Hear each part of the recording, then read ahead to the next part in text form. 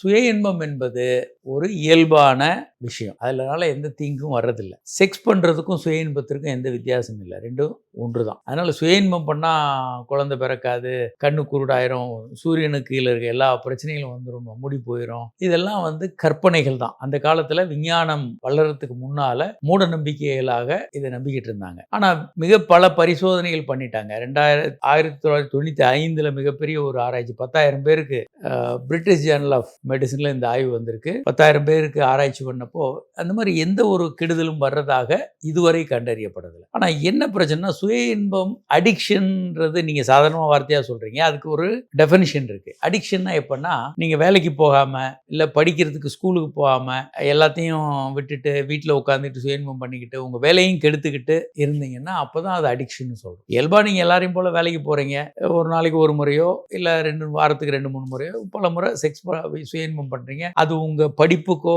வேலைக்கோ எந்த இடையூறும் இல்லைன்னா அது அடிக்ஷனுக்குள்ளே வராது. ஒரு இயல்பான வாழ்க்கை அது பாதிக்கலை அப்படின்னா அது அடிக்ஷன் அல்ல. சுய இன்பம் பண்ணாத மனிதர்கள் நீங்கள் பார்த்துருக்கீங்களா? 99% மனிதர்கள் சுய இன்பம் பண்ணுவாங்க. 1% பேர் பண்ணலைன்னு பொய் சொல்லுவாங்க. அதனால் இதை பற்றி நீங்கள் கவலைப்பட வேண்டாம். அது இயல்பானது. அதனால எந்த குறைபாடும் வராது. அப்படி குழந்தை பிறக்காதுன்னா யாருக்குமே குழந்தை பிறக்காது. எல்லாருமே சுய இன்பம் பண்ணுறாங்கன்றது தான் உண்மை. அதை பற்றிய மிகப்பெரிய குற்ற உணர்வுகளை உண்டாக்காதீங்க. போலி மருத்துவர்கள் இதை பற்றிய கடுமையான குற்ற உணர்வு உண்டு பண்ணுறாங்க. ஏன்னா இது விஞ்ஞானம் பற்றி அவங்க கவலைப்படுறதில்ல. அவங்க என்ன நம்புகிறாங்களோ அவையெல்லாம் உண்மைன்னு அவங்க நம்புகிறாங்க. அதை நிரூபிக்கணும், அதுக்கு விஞ்ஞான நிரூபணங்கள் இருக்குன்றதெல்லாம் அவங்களுக்கு தெரியல. அதனால் இந்த மாதிரியான விஷயங்களை நம்ப வேண்டாம்.